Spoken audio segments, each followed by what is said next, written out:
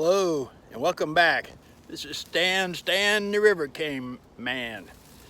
I'm here on the Licking River on the end of the Covington section of Licking River Greenway. Have my Greenway shirt on today and everything. Today I'm put in some river cane. So this is kind of a how-to and what to do and what not to do as far as river cane. Yesterday I was down here and noticed one of the silver maple trees flopped over just freshly. I mean, like within the last few days. So they got this heavy storms coming in tomorrow. The river's projected, the Ohio River, I go by that stage, the river stage, it's projected to be at like 37 feet by today's Wednesday. By Friday, Saturday, it's going to be up at 37 feet. So this might be underwater by then. So it'll be interesting to see. So part of that reason I'm mentioning that is I brought some stakes. These two I just happened to pick up when I was getting the river cane. These I found here, which are angled, and you might not believe this, but these are from beavers. They gnaw off the bark. I guess, you know, they use that for nutrients, and they shred them, you know. I mean, so if you're walking along the river and you see some really, you know, pearly looking logs and sticks laying around that are shredded down, that's probably what's going on. Some beavers have been down there. But so I brought that. I brought some mat staples. I don't know if I'm going to need them or not. I also have a couple of willow stakes that I've cut some willows when I got this stuff. So I'll stake some willow stakes in there. Maybe they'll sprout, maybe they won't. I don't know, who knows? But I've not had much. Actually, I'm not sure. I put some in a couple of years ago. And then last year they were doing really good, but then around July, they just kind of disappeared. So I'm hoping that the roots are still there and they'll come back. But anyway, off track. So here's the river cane, and it comes in like these nodules. If you can kind of see how thick the root ball is. So I got 6 of these. I got them from a city source where I can dig this up with no issues. But the reason I'm saying that is because this is an endangered species. Believe it or not, it's almost going extinct. And if you try to buy it from a nursery, it is super duper expensive. Because a friend of mine decided that they really liked it, and they wanted some, and they went and bought it, and it was really, really expensive. But like I said earlier, this is indigenous. Earlier yesterday, not today. This is indigenous native species river cane.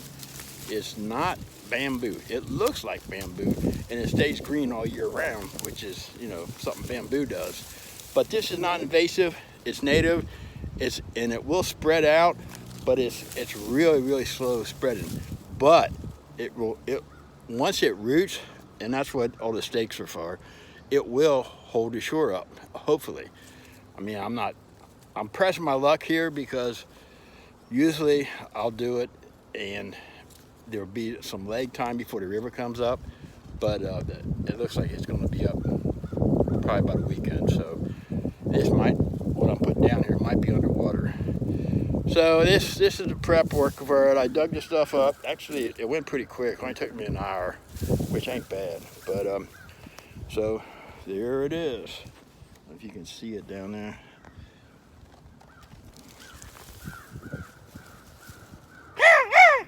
Had to answer my crow back there. He's calling me. But so I'm going to pause and put this stuff down there and clear out like a terrace. Then I'll pick up when I start putting the stuff in down below. All right. Okay, wrapping up. A couple things I wanted to mention. It's February the 15th today, 2023, and February is the month to transplant this river cane. You got to catch it when it's dormant. It is dormant even though it's green. It stays green all year round. So I did really pound in some stakes to secure the base of it. You can kind of see it.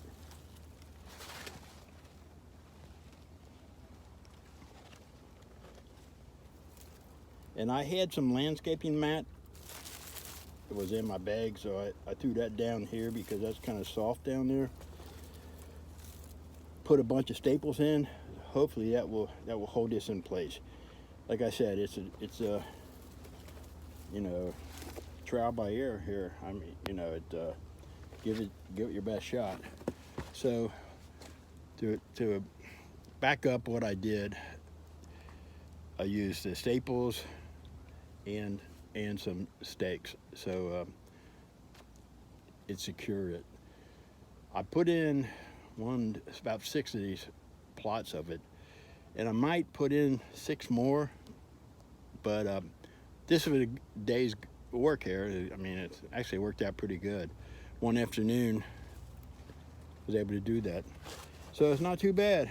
While I'm down in this location, I want to show you a little spot here that I don't know if you can see it or not, but there's beaver activity going on down here, and they have taken down some cottonwood trees and some of my other trees, but I don't believe that the beaver was responsible for this tree.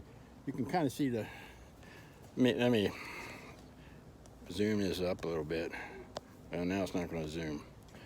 Anyway, there's the last look. So we'll see how it does when the river comes up. The rowing crews are out today. It's 70 degrees, really nice out. Weather's going to shift tomorrow, thunderstorms, heavy rain. So river's on the rise.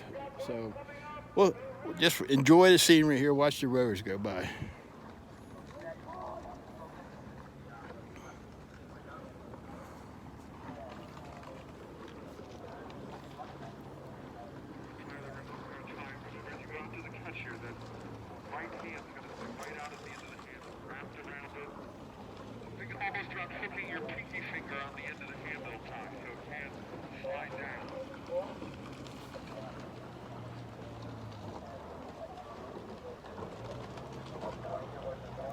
All right, back to me. Signing off. Adios. Hello, welcome back. Stan the Riverman here. I'm back on the Licking River in Covington, Kentucky. I'm back at the site that 2 days ago I planted some river cane, which you can see down below me. I was concerned that it might be underwater. Well, those concerns were legit because it is almost completely underwater. The river is now 35 feet flood stage, and that's going by the Cincinnati, Ohio River gauge, which is the gauge I go by. It just makes it easier because it's monitored in Cincinnati, and I got an app on my phone that's tied in to the geological and U.S. government, and I get a notification when it's 35 feet. So this morning I got a text message that it's at 35 feet, and I came over here and checked, and sure enough, it's at 35 feet. So I'll use this location along the Lake River Greenway for future reference to know that this is where the Ohio River hits 35 feet for future plantings, which is a good idea if you are involved in reforestation along a wetland, river bottom, creek bottom, to know the depth at the river or creek is at pool stage versus flood stage, and what the projections are when you plant, because the river or waterways will take out newly planted stuff, because this stuff is definitely not rooted. So in preparation of this and prevention, I use stakes and stake all of these down. There's 6 different clusters of river cane in that location. I'll probably put some more in when the river subsides, which should be probably next week. But it is a good idea to try to stay current on the conditions in your locale, because they do constantly change, especially along rivers. I mean, they really change. So as you can see, there's a lot of debris coming down the river. The river, the Licking River here,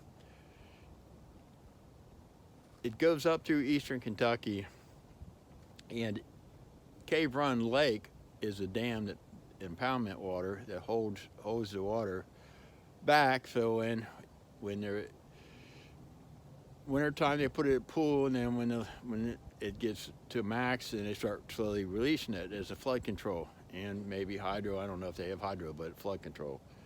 So today it's muddy. Yet the other day when I was over here, it was emerald green. So it does change pretty quick.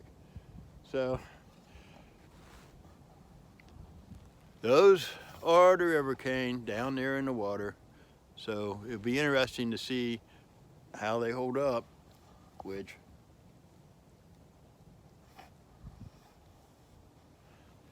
time will tell. I staked them down pretty good, so they should be fine. But you were talking about the river, and the river does have force and power. All right, see, I'll let the camera just roll here and watch some of this stuff come actually rolling by here. We got some logs and debris. All this stuff will keep heading down river. Thank you for watching. Enjoy. Adios.